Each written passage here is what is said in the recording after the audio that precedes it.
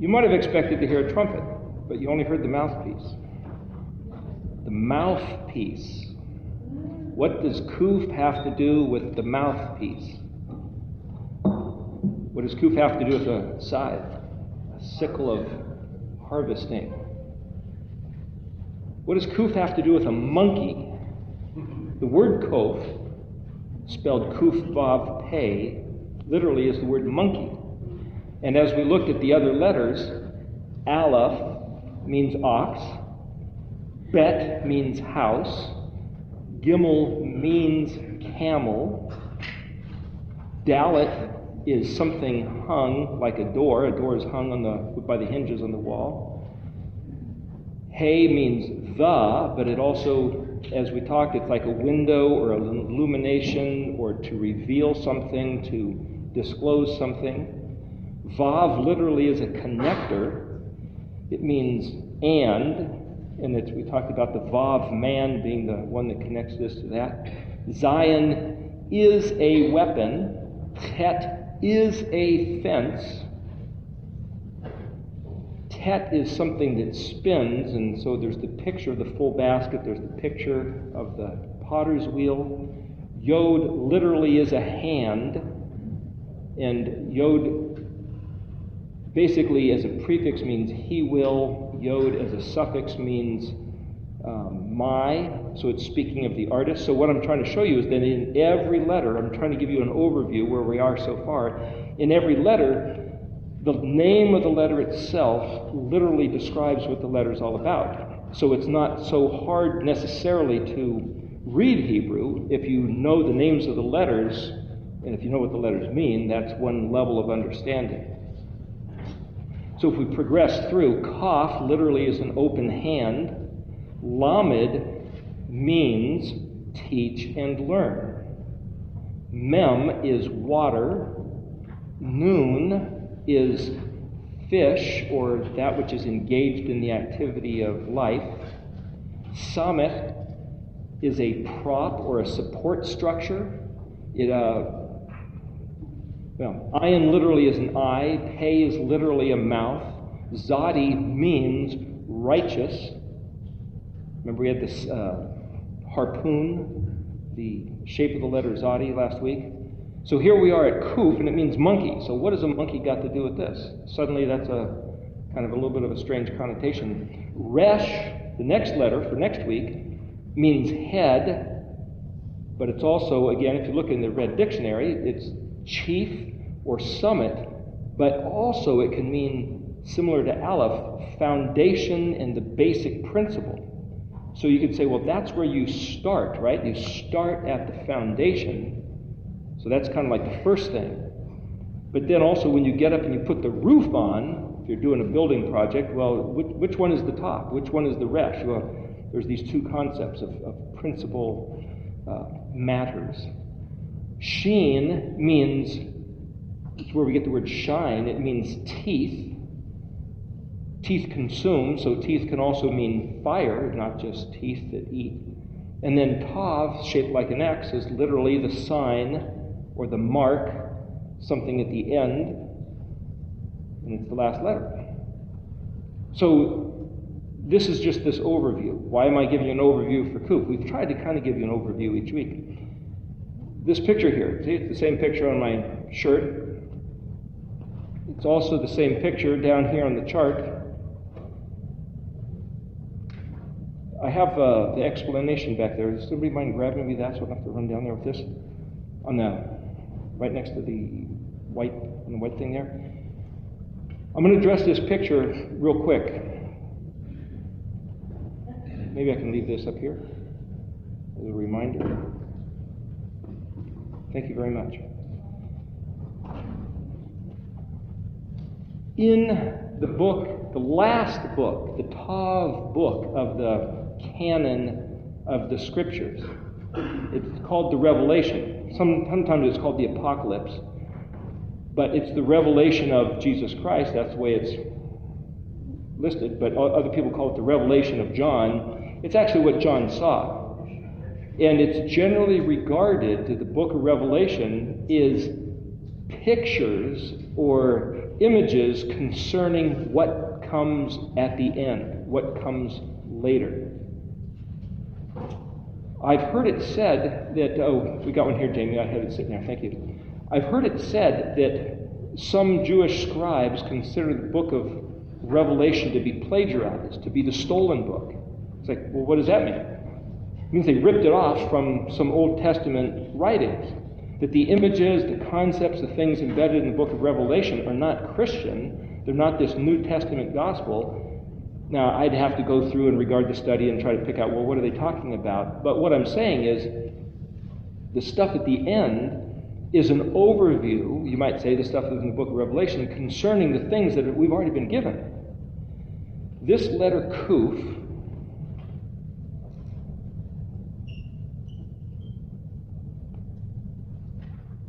you draw it like that, it's kind of a mushroom shape. See the mushroom shape there? Kind of like an atom bomb explosion.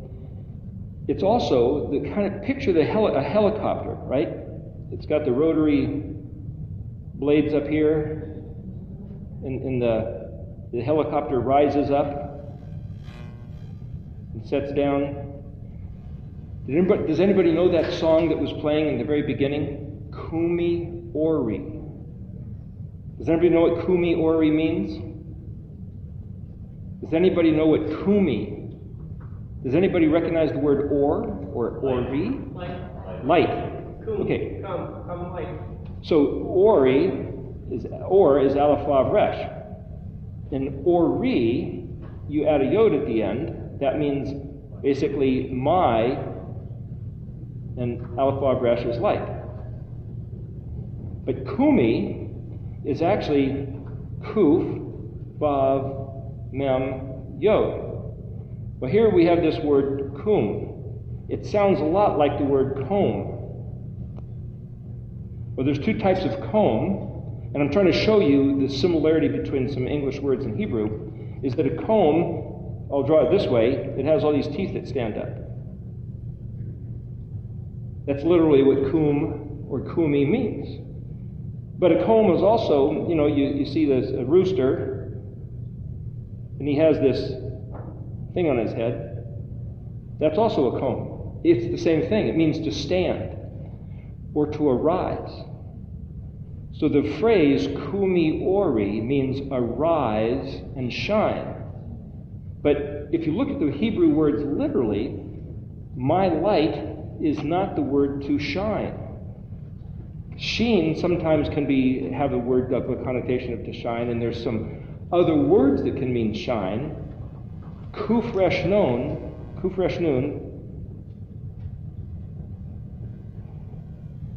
it's pronounced, it could be Karen.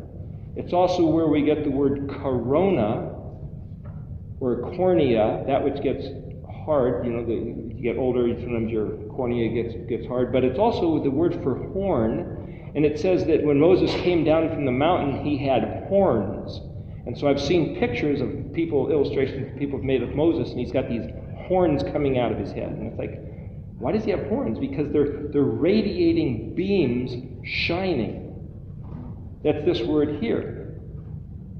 So you could say, well, corony or coronet. Well, coronet, that's like a trumpet. So we talked before about this word or being where you get auricular, which has to do with hearing. You also have aurora, and it also means light. Light and sound produce waves, frequencies. Sound and light are essentially the same thing.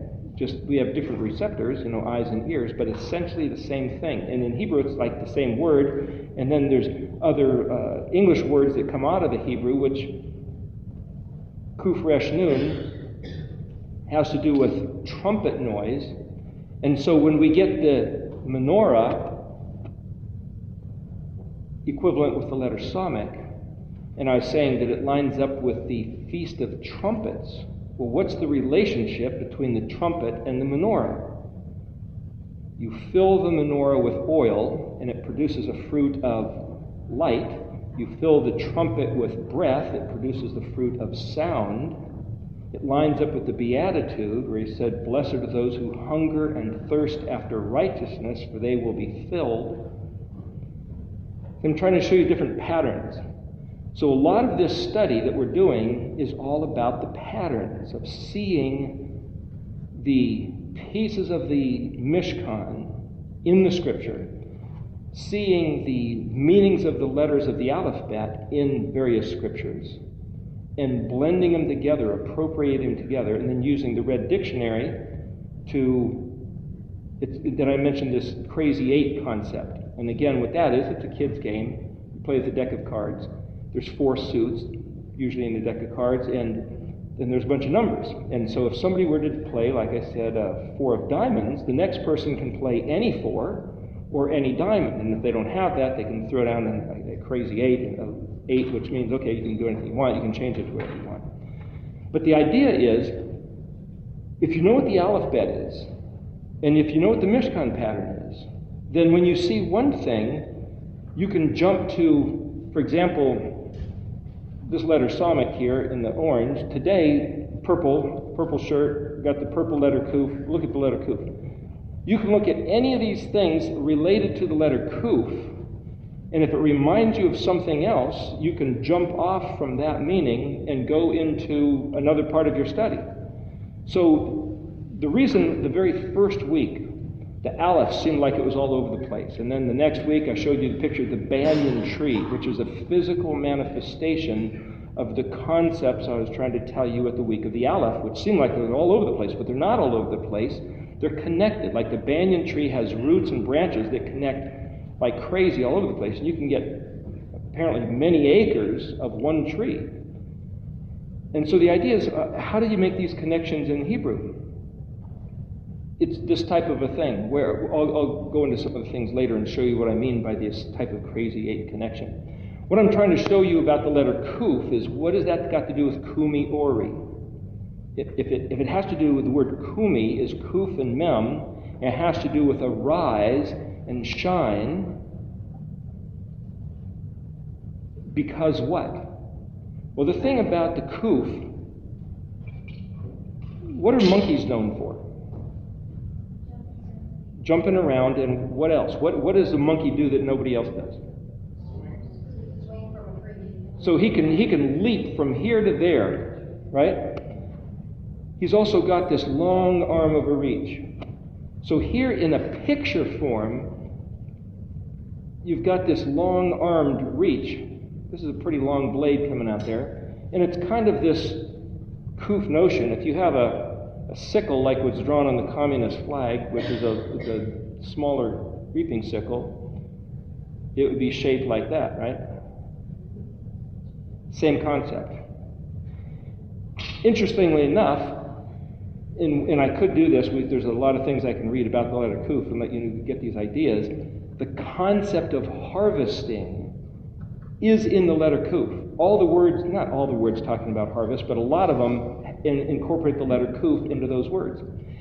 And interestingly enough, the last 3 letters after the Kuf, Resh Shin Tav, if you look it up in the red dictionary, and what does that word spell? It means to collect or gather your own stuff.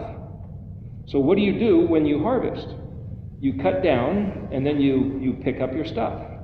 And of course, there's parables in the New Testament about gathering the wheat and the tares, and separating them into 2 different piles and burning up the tares. One of the papers I handed out a couple weeks ago regarding the alphabetic letters and their natural sequence, and you can see what the words are spelled. If you take Aleph, Bet, Gimel, what's that word? If you take Vav, Zayin, Het, what is that word? If you take Nun, Samik, what's that word? If you take Resh, Shin, Tav, it's on that chart. I don't know if anybody was able to look at that and make sense of it, but you can see what words are embedded in the natural sequence of the alphabet if you just spell words in that sequence, frontwards and backwards. So when we get to Kuf, the letter Kuf as a meaning is the back of the head. Well, you can kind of see at the back of the head here, right? So if this was a person's nose and chin, and that's the back of the head. But the main part of the handle is the neck.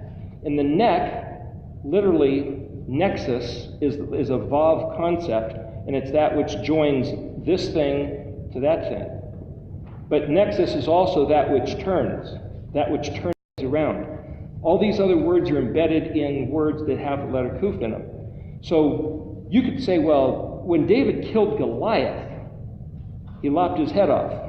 Well, there's a kuf picture in that story of David chopping off Goliath's head, because it's the back of the head and the neck. See, the letter resh is simply a head. But as a head, it's an exalted man. We'll get into that next week. But the relationship, remember, between Mem and Nun was that Mem is like the water and Nun is the fish that lives in the water but jumps out. Mem is like a womb. The child jumps out and lives its own life, and it's in an environment, but it's not the environment. Kaf and Lamed is like where you get the word for kidney and heart. One's a filter, one's a pump. It's the Torah. The instruction is like the Constitution, and then the Lamed is like the Supreme Court, the interpreting of the instructions, telling you how to do it, and so it's the rendering of the applicable use of the instructions themselves. So Kaf and Lamed work as a pair, Mem and Nun work as a pair.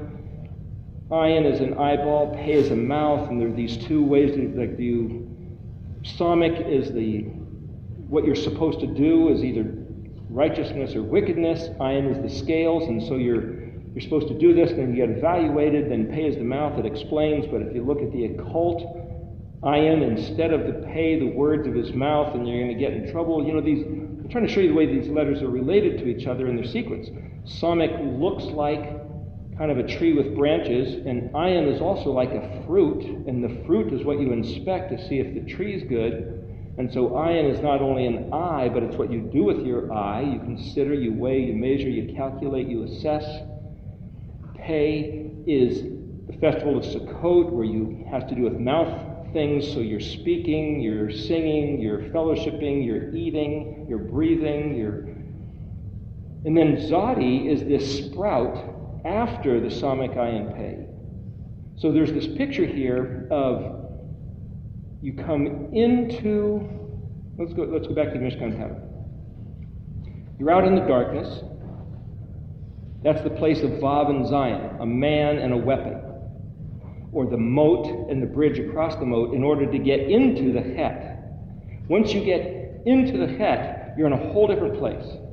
Well, the letter Het is the 8th letter, and 8 is generally regarded as meaning new beginning. 7 is the Zion, and it means to cut off. It's like the bouncer at the door that restricts entry. So you've got these ideas that there's a package of 7, which is a full package. As a matter of fact, the word Shavah, which is Shin Bet Ayin,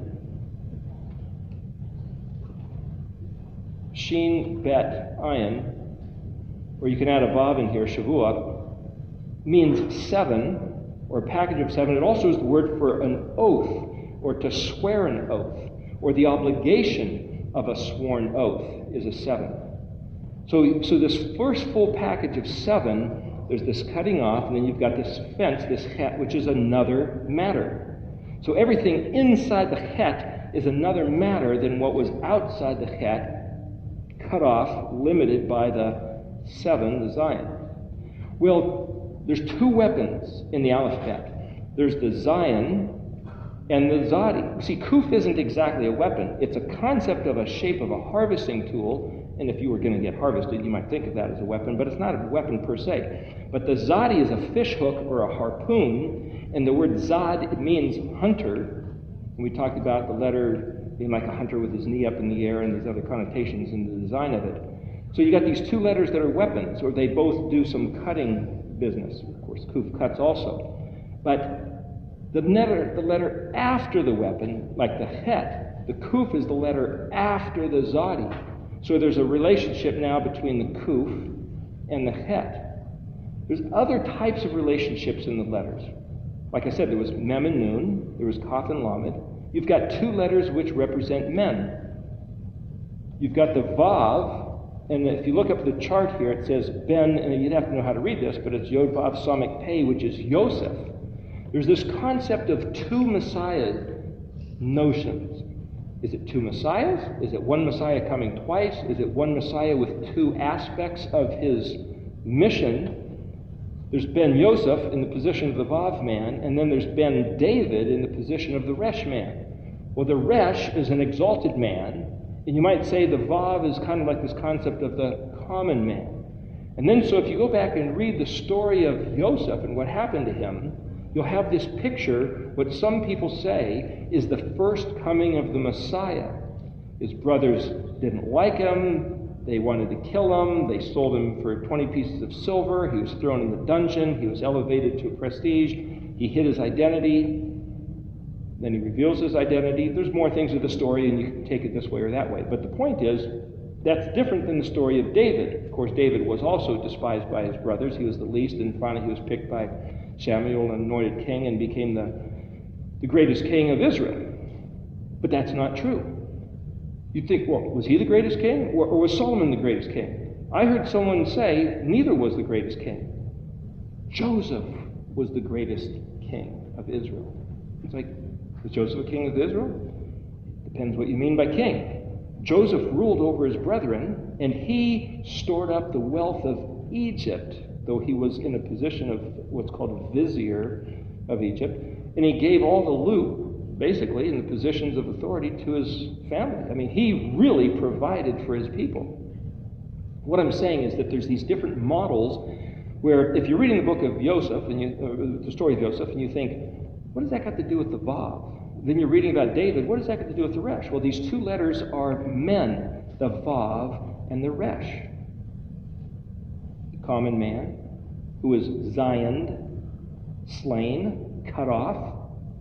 What about the Tet? Well, that's like an enclosure. That's like being put into a tomb. And the Tet is this big round thing, like a big round stone rolled in front of the tomb. And the Yod letter Yod, the 10th letter, as a suffix means, this is mine. Well, the letter Aleph, the first letter, as a prefix means I will.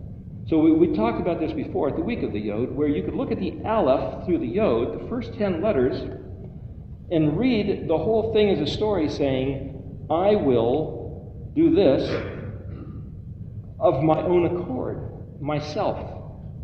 That's Aleph and Yod. Well, what would you do? Well, Bet means to take the plan of the Aleph and incorporate it into the physical manifestation of the cosmos, of the universe. It's the Aleph, the maker of heavens and earth, making the material universe, but it also is a picture of he will put himself into material form. And if somebody says, he can't do that, he can do anything he wants. Well, he wouldn't do that. Well, only if you know his mind and his disposition would you say he wouldn't do that. But if you look at this and say that Aleph means I will, and Bet means materialization, it's the word house, it's also a body, and it means to put something into this form. Gimel is a sent one, a voyager, an ambassador, boomerang sent, a camel sent out like a truck that comes back and goes back and forth, right? Jacob's ladder, the Melachim, the messenger is going up and down. Dalet is a door, but it's also the fourth letter, and 4 represents conceptually. There's talks about the 4 corners of the earth, north, south, east, and west, the 4 seasons. 4 is earthiness. But the word, if you look back on that other chart that I did about the natural letters, Bet Gimel Dalet is the word baged, which is clothing, similar to the English word bagged, baggy, which means camouflage. So you could read Aleph, Bet Gimel Dalet, as I will incorporate myself into this form of camouflage to voyage to the earth. We think of putting on a spacesuit and going out in outer space. This is the inverse. This is like the one from beyond the material realm puts on an earth suit and comes and walks the earth. Hey, revealed as, though he's camouflaged, revealed as Vav, the man who would be Zion slain and then put into a tomb, Het, with the door rolled over it, or Het, door rolled over it, Tet, and said, and I did this. Don't blame the Romans, don't blame the Jews. This was my plan. That's Aleph through Yod. Kaf is you or yours, so you could say, well, is this, it also as a prefix means like. So you could look at the Kaf is the end of the first 10 letters, the 11th letter saying, I did all this for you. This is yours. So here's the plan to do all this stuff, and it's yours. You want it? Now it sounds like Christianity, but it's not. It sounds like who Jesus Christ is supposed to be. But this, I believe, is Yeshua, which is the Yahweh's Shin Ayin. Shin Ayin means to save, redeem, deliver. Yod He Vav. Yod He is a short form of Yahweh. It's pronounced Yah. Vav is a connector. And Shin Ayin means save, help, redeem, deliver. So you could say Yahweh's connecting bridge of deliverance is this word Yeshua, spelled Yod He Vav Shin Ayin. Now there's different ways to spell Yeshua. There's probably half a dozen different forms you might see. But at least this way of spelling Yeshua, Yod He Vav Shin Ayin, is, we'll talk about that in a minute regarding this picture. And then Lamed means unto. It means, the word lamed means teach and learn. But unto means this is for this reason. Mem nun. Mem means something hidden, which will then be revealed. Nun is something that's put into action. Mem is a place of nurturing, and nun is that which then initiates something restarting. So you could say, lamed mem nun, that spells a word. It means in order that, or so that. You can look it up in the Red Dictionary. But the point is, if he says Aleph through Yod, this is for you, in order that it will generate this new thing of life activity, which is then Samak Ayin Pei. So Samak Ayin Pei work together as this triad, and we talked about those being the fall feasts of Yom Teruah, Yom Kippur, and Sukkot, lining up with the equivalents of Micah 6:8. He has shown you, O man, what is good and what Elohim requires of you. Do justly, that's a picture of the Samak. Love mercy, picture of the Ayin. Walk humbly with your Elohim, the picture of the Pei. How do you walk with him? Regard his words. The Ayin, how do you do mercy? Weigh out mercy as justice. Well, what's justice? Give people what they deserve. No, you hold yourself to justice. That's the Samak. You do justly. You do what you're supposed to do. And the ayin is have mercy on the guy that blows it, commits some offense against you. And then you regard the words of Yahweh. So Samak Ayin Pei work together, and Zadi is this sprout. And we talked about the week of Pei Zadi, which is open mouth, that if we regard his words, the picture of the Zadi is that, like Aaron's rod, the dead stick which sprouted, budded, put out leaves, put out blossoms, put out fruit. Overnight, suddenly, boom, the whole thing comes together. That which looks dead, but isn't, in Yahweh's capacity, because he's the Elohim of life. Anything can live as far as he goes. No matter how dead we think it is, and according to the standards of our world, this is otherworldly. This is beyond the parameters and the limitations of this dimensional realm, we could say. But what's Kuf? Well, see, when Yeshua was put into the grave after 3 days and 3 nights, the dead body sparked back to life. That's a picture of the Zadi. So if I say he was put into the tomb, Tet, the stone rolled over it, Tet, and Yod, he said, this is my doing. You could, not to get into this right now, but you could count, there's, 3 days and 3 nights, and then the Zadi, he sparks back to life. Well, then what? The Kuf is a picture then of ascending. So the word for comb, that which stands up, you'll see other words that start with a Kuf, which also have to do with that which is put down, standing down, placed. So you see these pictures in the Kuf here. It has to do with a flow and a resistance. It has to do with a pillar standing in concrete or set in a footing, to gather and go, to pour it out like a stinger. There's all these different pictures with a kuf that has to do with an environment like a circle and something going through the environment like a straight line. So then you'll have other, I don't have an eraser up here, you'll have other images of a sphere. Picture that in 3 dimensions. And if you cut the sphere in half, well, there's a kuf picture there. And you end up with, taking half the sphere, you end up with a bowl. And that word for bowl is also a Hebrew word that we'll get into. But what I'm saying is that the Hebrew words are these pictures.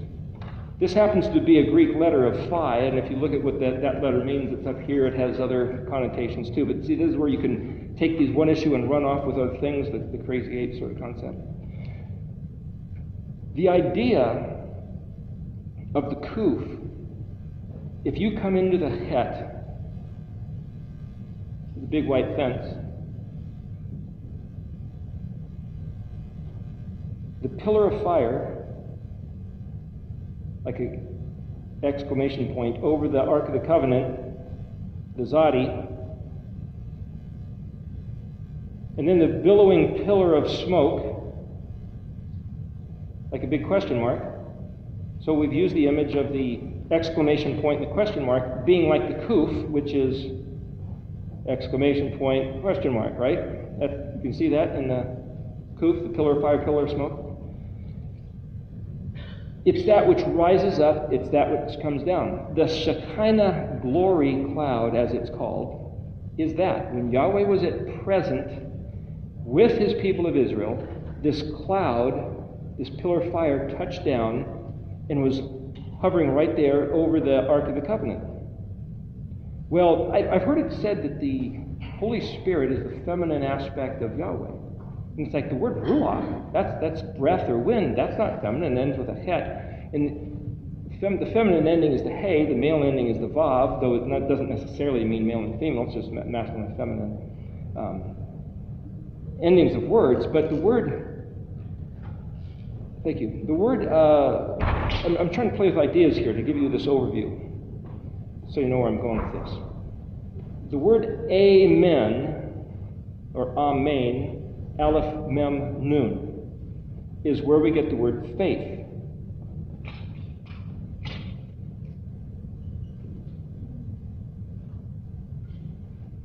If it's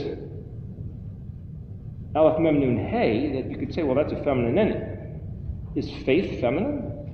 This ends up reading as faithfulness. It's the expression of what you do if you have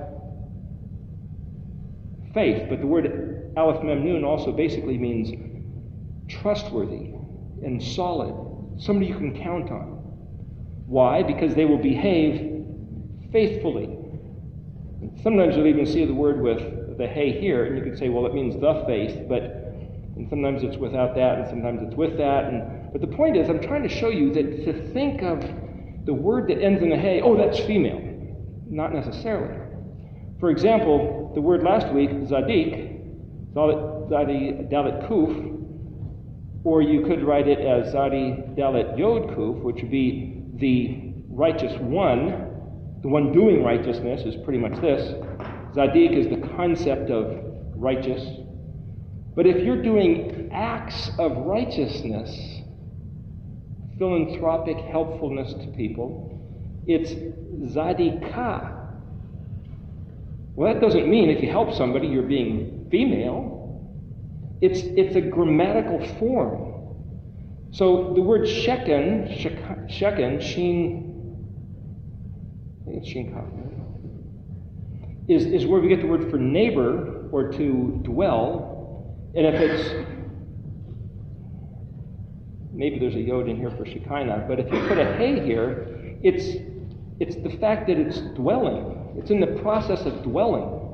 But I don't personally see that makes it female. It's just the feminine tense, you might say, because the feminine is that which shows something.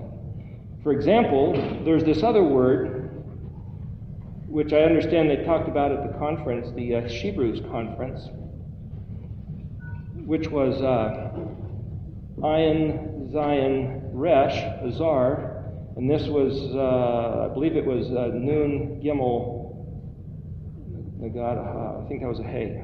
Does anybody remember that? Nagad? Is anybody there? Anyway, the point is, this is what it says, that Yahweh made Chava as a helpmate for him. And you can say, well, what does this mean? The method that I've been using to look at these words is pretty simple. If you look up in the dictionary, well, this is an eye. This is the weapon, that's the Zion, right? This is a head, or an exalted man. This basically means or it's a window. This is noon, which you could say is a fish, or basically has to do with life. This is a gimel, which is a camel, but it also means like back and forth, right? Dalet, door. Vav, as a suffix at the end, can mean his. What do you do with that? The other thing you can do is look at ayin zayin. And ayin zayin in the dictionary, and this is why the Red Ernest Cline's dictionary is so helpful, ayin zayin is pronounced Oz. You could say like, oh, the Wizard of Oz. What was the Wizard of Oz supposed to be? There's pictures and connotations all through our culture of Hebraic stuff. The word Oz means bold, dynamic, acrid, sharp. It's the word for a goat. You can say, well, why would a wife be like a goat? Well, because it's a picture of a goat on a very high, steep mountain who's walking boldly across it. It's pictures embedded in these words. So when you picture, gosh, how can that goat do that? You go up to Montana Glacier Park and you see these goats walking on these steep cliffs with very narrow little footholds, and it's like, they're fearless. It's amazing. But what is Zion Resh? Well, the meaning of Zion Resh is actually stranger. So now you have a bold stranger. What's that thing got to do with the wife? Well, if you look at the word then spelled ayin zayin resh, and it has to do with that which wraps around it. The picture of, well, here, it's a picture of this gold band wrapped around this image. It's a picture of this black frame around this picture, or around that. It's like the frame around a picture, or a bandage around a cut, that which holds it together. It's different than the one main thing, but it's that which wraps around and contains, gives reference to, and actually helps the first thing maintain its integrity. And then if you do the same thing with this word, you can look at this word, you can look at that word, you can look at this word, and you can look at hey noon, and you put those all together, and you end up extrapolating what's embedded in these words. I have it written down, we can go over it later, but I'm just trying to show you the mechanism. I'm trying to give you the overview, the helicopter view. The kuf means, after this, it's the back of the head. But it's also, what if you walked past, what do you leave behind? Footsteps. So the word Yaakov, remember he was grabbing at his brother's stuff? So the word Yaakov means he will, and it's spelled ayin kuf yod, he will, ayin kuf bet, Yaakov, and it's translated supplanter. Why the supplanter? Because he's got this far reach. Why does the monkey have to do with a kuf? He's got this long reach. He can jump from here to there, swinging through the trees. Why does the kuf come after the zadi? What happens after the Ezekiel 37, the valley of dry bones that were considered to be completely dead? And Yahweh said to Ezekiel, Son of man, think these bones can live? And he says, hey, you know. You can do anything. You know whether they were going to live or not. He says, speak to them. Prophesy to them. Tell these bones to live. Okay. The point is, the letter kuf, like the letter het, after the letter zayin, is a whole new thing. Letter 8 means new beginning. The letter zayin cuts off. The letter zayin is this sprout coming back to life, but this kuf is this whole new thing after this. The word for footsteps, that which you leave behind, is also this kuf concept, because once you go, that's what's behind you. Once you go past, the back of the head is what's behind you. So when Moshe asked to see Yahweh's kavod, or glory, he said, no man can see my face and live. Well, I would say, well, what letter is that? That's got to be a resh, because that's like the head and the front of the face kind of drawn. But he says, you can see my backside. Well, that's the kuf view, the backside. So he put his kaf, open hand. He said, I will put my coffee, I will put coffee on you. It's a little English joke. Oh, you put coffee and you can, wake up and see what's going on. But literally, the word is spelled kaf pe yod, coffee. I will put my open hand on you, shelter you. You'll put you in the cleft of the rock. I'll pass by. I'll take it off, and then you'll see this glory cloud. He saw the Shekinah, as it were, of Yahweh when he passed by, this aura of Yahweh. Well, then you say, well, wait a minute. If the two letters, I'm kind of jumping around here, but I'm trying to tie all these things in for you. If he sees this aura of Yahweh when he passed by, what did he see? Well, that's an English word, but if you say, well, there's this light, or in that which the light reveals, you might say, well, aura might be pronounced like that, even though it's an English word. But remember, here's these two men, Vav and Resh. And what's Aleph? Well, Aleph is the plan of what he's going to do. So right there in the word for light, you could read it as, I'm going to appear as Messiah ben Joseph and Messiah ben David. But when's this? Kuf, after this. Resh comes after Kuf. So somehow after the Zadi, after the Kuf is this connecting word, that just means later. He's going to appear as the Vav man who is slain, resurrect, come back to life, Zadi, and then later, sometime off in the distant future, Kuf also means ascend, and remember what the Malakim said to the disciples, the Talmudim, the taught ones? They said, why do you stand here looking up into the Shemayim, the heavens? This one that you saw go up is going to come back the same way from the clouds after this, a long time in the future. That's after Kuf, when he's going to come back as the Resh, sheening.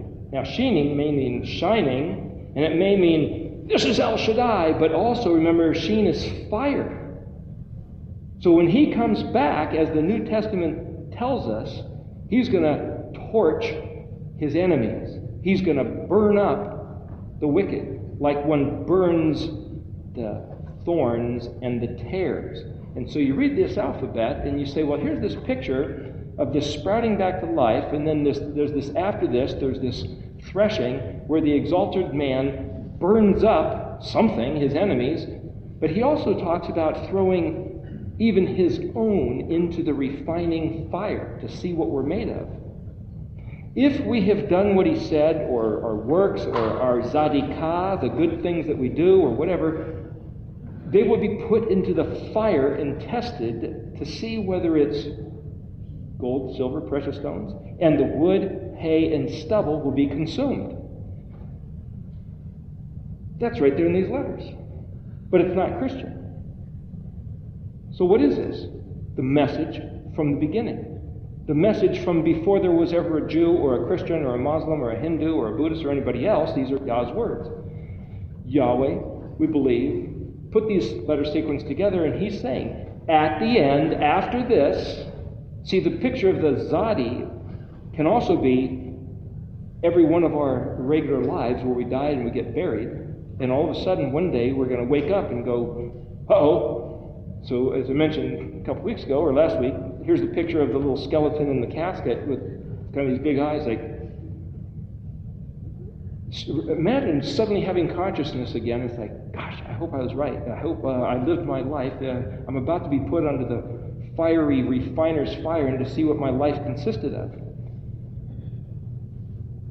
So why are we doing all these things here?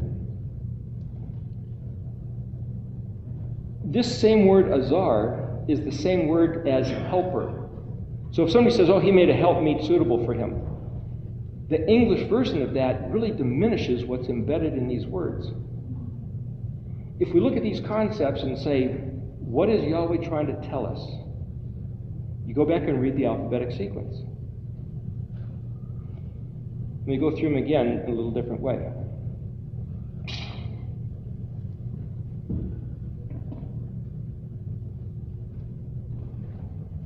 If you go to try to tell somebody that there's going to be a resurrection day and they're going to wake up suddenly after being bones in a casket, they're going to wake up one day and face the judge, the evaluator of their life, they might say, I don't care. That doesn't scare me. It's like, big deal. I'm not even concerned. Should you then go tell them about salvation and the Torah instructions and everything else? It's like they can't, if they don't even want to deal with existence and eternity, why am I here? Remember, at the very beginning, we talked about the 4 basic questions that all peoples of all cultures ask. Who am I? Why am I here? Where did this come from? And what's going to happen later? You can't get past those questions. Someone who's an atheist or someone who says, I don't care, or whatever, they basically just say, doesn't matter. I don't want to discuss it. End of subject. You can't go any further. There's no conversation with them. You can say, you really should care. And it's like, doesn't matter. So the interesting thing about this model is that out here in the beginning, it's simply black and white. Between the darkness of this world, the lack of proof, the lack of evidence, the lack of, can science prove there's a God? Can science prove we have eternal life? What do we have? Theories, religions, philosophies, but what do we really have? Nothing. Faith, but faith is based on nothing, really, because faith is the evidence of things which are not seen, right? We really don't have anything to base our faith on. But for Yeshua out here in the darkness, to be crucified, dead, and then come back to life, suddenly that's something to regard. That's something that says, how do you explain that? That's a true miracle. It doesn't just happen. It's beyond this realm. Well, this notion of the big white fence in the face of the darkness, and this, again, is the basic Mishkan pattern. We got this big white fence. That's the Het, and not to go over and over and over this, but we got this being the Het, Tet, and Yod, right? Yahweh's kingdom. So the 4-colored door, blue, purple, red, and white linen, Yahweh's name in color, the big white fence, the kingdom of heaven, in the midst of the darkness. So here's the darkness, and there's the big white fence, even though it's blue. That's another pattern. It's a wheel within a wheel. We talked about that a few weeks ago. Just to clarify, there's different systems working within each other here.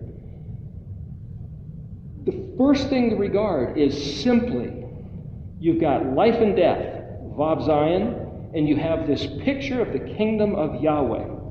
Not just some random deity, not just God, not just heaven, but Yahweh's name on the 4-colored embroidery of the white linen parameter saying, I have a kingdom, I have a realm, and the white light of it, remember the pillar of fire behind it would make it shine like a lampshade, as it were, is in stark contrast to everything that's in the darkness, which is essentially the desert, the slavery, the miseries, those things which were in Egypt. And he says, I am Yahweh who brought you out of the land of Mitzrayim, what's kind of like the English word misery, out of the house of bondage to set you free to keep my words.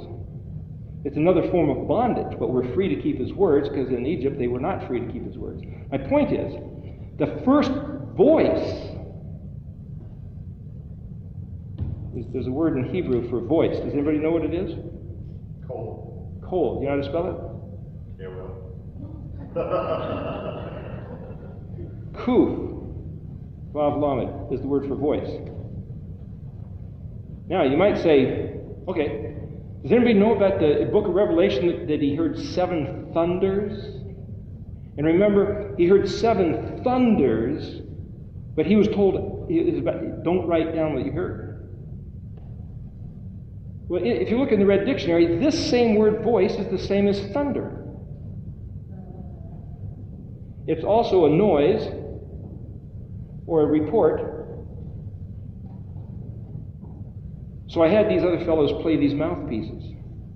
That's a coal. That's a voice. Didn't sound like a thunder. Well, I mean, we might have had these tremendous shofars playing, and we might think, oh yeah, that's the voice of Yahweh, these thunders. And it's like, but remember, was Elijah heard the still small voice? And he said it wasn't in the earthquake or the fire, but the voice is still. It's like, what if the voice isn't what we expected to hear? It's still a coal. To see the fact that it's translated thunder in English came out of Greek or Latin, I don't know what it came out of. Was it thunder? Was it voice? I don't know what it was. But there were 7 voices, but we're not told what those voices were. If we look at the Hebrew model, and I'm not saying this is what the 7 voices were, but let's see if we can figure out what are the 7 things that Yahweh said. The Mishkan is, here's the darkness, here's the kingdom, you need to choose, but there's a moat here, and you have to get through here because of the bridge, and that's where Yeshua died on the cross, and that's the place of the red heifer. Cow's head sitting here on a barbecue grate. That's the image here. So there's one voice that says, you better regard eternal life and the kingdom of Yahweh compared to a man who will live a mortal life and then die out here in the darkness and bondage. It's simply that voice. And if nobody wants to regard that voice, there's no point in discussing anything else of the matter. And if they don't acknowledge, why should they regard there's a fact here? Is because Aleph is the author of the infinite one who created the limited cosmos of the material realm, which is Bet. And anybody who says, well, I'm going to believe in evolution, I'm going to believe there is no deity, I'm going to believe there is nobody that's a creator, well, you're not even, you haven't even convinced them of Aleph. Why talk theology about the rest of this stuff? If you don't deal with the sequence that Yahweh gave us, start with Aleph. He's the guy that made this place. What place? Bet. This place. The place we're in. Gimel. He set the thing in motion. He also came here. I can't believe he came here. Well, then you can debate the Gimel of the Aleph betting, but there's no point in discussing anything else. So the interesting thing about this is it's a very logical progression. But this is the first issue. And you could almost say, this is a thundering voice to regard this matter. Right inside and it says right inside the door was the altar of sacrifice. And it lines up with the Kaf and the Lamed, which is the Torah. So it just is filled in the pattern. This first thing was like the Yod, the Creator, and this is like the Hey, which is the revelation of the Creator, which is the Torah. That's a pretty thundering voice of Yahweh. Regard his instructions. Mem, you better nurture it because it's going to bring forth blessing and cursing, the place of the labor, which is the Mem Nun. And that's basically a matter of our regard to nurture, and we will bring forth the blessing or the curse based on what we do. That's a pretty distinct voice. A thundering voice, you might say. The next thing in the set-apart place was the Psalmic. Do justice and righteousness, not wickedness. That's the imperative demand based on how we have regarded this turns into that. Again, that's a pretty thundering voice. There will be a judgment day. The place of the table of showbread, the word showbread is panim, which is faces, and it's almost like the masks will come off, and he'll gauge our fruit. What have we done? And you could say, it's all under the blood. I didn't do anything. It's like, it almost sounds like the servant who said, hey, I was scared. I buried the talent you gave me, and here's your talent back. And he said, get out of here, you worthless servant. We're supposed to be doing something. We can say, oh, gee, we're forgiven, but there's a difference between being forgiven and being a responsible, faithful servant. The word faithful is amunah, which is aleph, mem, nun, hey. It's doing and revealing and looking like, showing the stuff that you believe in action. Judgment Day, the scales. That's a pretty serious voice. I would say that's a thundering voice. The altar of incense, lining up with the pay, the fellowship of the saints, of the kadoshim, of the talmudim, of the taught ones, the ones who are in fellowship with Yahweh's kingdom regarding his word, the festival of Sukkot, together, the 12 tribes, everybody doing their part, coming back together to fellowship and rejoice. And remember, the commandment of Sukkot was Ak Sameach. only rejoice. The pay, the mouth, the rejoicing in his words with each other. That's a pretty loud voice as well. The Ark of the Covenant, the Zadi, picture of the Torah, where he says, this is the promise, the hope set before you. This is the model, the archetype, the icon, the picture of Yeshua walking out the Torah instructions perfectly as the model and saying, see, I did it, you guys can do it. It's not too far away, it's not too high, it's not on the other side of the world, it's not in the depths of the sea, it's in your mouth to do it.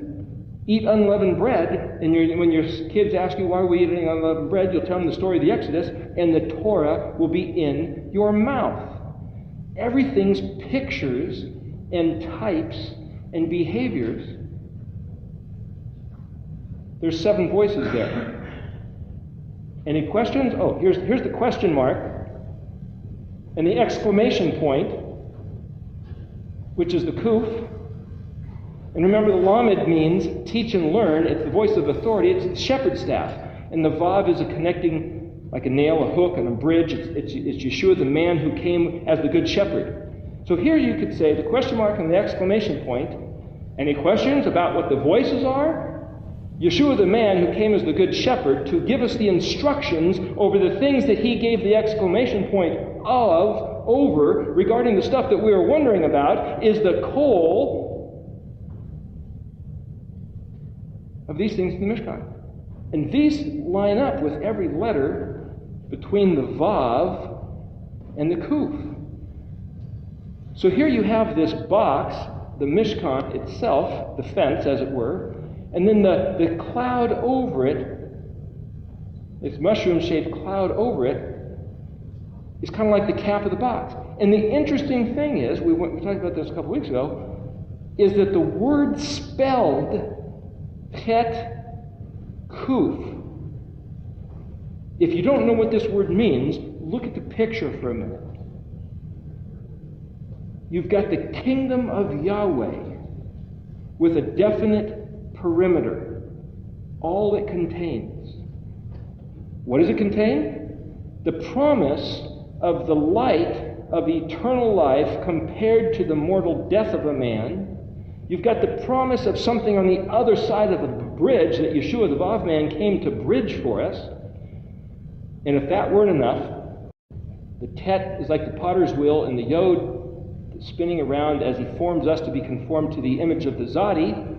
We will be conformed, once we've come in, to the image of the one who is the Zadik, the righteous one. That's the objective, the agenda. The whole reason for coming in here is to be conformed to the image of that righteous one. And Yeshua came embodying it, and the reason why he's considered sinless is because there was no fault. There was no crime. He never broke a single instruction, law, word, or letter of the Torah. He did everything. He even kept the Sabbath day and the festivals as instructed. He did everything he was supposed to do. We will be conformed to his image. And inside here is the Torah instructions, and inside here is the laver where we're cleaned. Remember, it was made out of the bronze mirrors of the women, this reflection of yourself. You can look in there and you can see yourself in these words. Yeshua said, I'm the vine, you're the branches of the menorah. He's the judge of heaven and of earth, of all he made. He's the one who is called the living Word. He's the one who's the Word expressed. The Word became flesh. The Ark of the Covenant, the tables of the tables of stone that the Ten Commandments were written on, Aaron's rod that budded, the manna, the evidence of Yahweh's provision miraculously, where there was no way to even think that there would be provision. Water in the desert came out of a rock. Who could imagine that? Manna appeared like dew in the morning on the ground. Who would have figured? They were hungry for meat. Quail showed up. I understand, somebody did some research, that these quail do this from time to time. They come from the middle of Africa, and they come flying up by the billions, especially back then before a lot of them were made extinct. But they just fall exhausted on the shores of the Mediterranean. You can say, well, it wasn't a miracle then necessarily that the quail showed up when they were hungry for meat, because it was a natural phenomenon. A real miracle is something which is an unnatural phenomenon, like Yeshua raising from the dead, ascending up into the sky. But the quail showing up wasn't a miracle per se. The miracle was the timing. The day they grumbled, and Yahweh said, you'll have quail tonight, and it was 3 feet deep all around the camp because they had been flying for the last couple of weeks or however long it took them to come from the middle of Africa to land right there. It's like Yahweh had the whole thing planned. They would have fallen that night, you might say, unless the wind blew them somewhere else, of course. But they'd been coming for how long? Flying, and they said, oh, we're hungry. They didn't even have any idea what to expect next. Why? It was too far of a stretch. They couldn't imagine it. So here you have all these examples, and Yahweh saying, listen, the stuff I have planned for you, though it seems like a real far stretch, though it seems like way off in the distant future, though it seems like it won't be in your lifetime, though you think it's a dead stick and it's not going to happen, you guys have no idea what I have planned for those of you who love me, who regard my word. And when I come to harvest my own, I've got all kinds of cool stuff stored up. Now, we think, at least I was taught Christian thinking, was, well, that's at the end of the world. That's after I rise from the dead. That's the model, and it seems to fit the pattern here. What this class is about, I'm not saying that's not true, but there are verses in the Scripture, all through the Old Testament, that talk about another promise of what's going to happen to the generation of Israel who chooses to regard the words of Yahweh. And when his words, Zadi, come back to life in our hearts, and we have a passionate zeal for his personal words, something that he has stored up as a treasure in the heavens. The opposite picture of the Kuf is not only a picture of Yeshua rising up and going up into the eternal realm, and a picture of him coming back, the last day, the rapture day, of him coming back with the hosts of heaven and landing. Both these are Kuf pictures. It works both ways. But there's this picture of what Yahweh said that he has stored up for Israel. Stored up in heaven, he's going to pour out upon his people. So we're right upon a break here, but what we'll talk about in the next half is some verses that are in Deuteronomy and a few other places where it talks about what Yahweh is going to give us back, which is the Kuf view. If we regard his words, we have to qualify for him to give us this stuff. The whole idea is, how do we qualify? These are the 7 voices.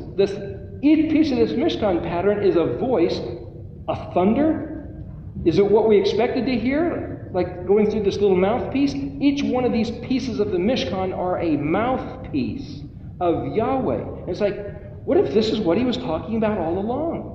What if what we're doing right here is kind of like the evidence of what John was told to hide? I'm not going to tell him what the 7 voices are. I've already told him what the 7 voices are. Let them figure it out. Let them, drosh, seek my word to figure out what I said. And when they want to know what my voice was, well, then I'll reveal it to them. And we're at that place now because we're outside the 2007 or 30-year curse, and we stand in the position to get this. We're on a break.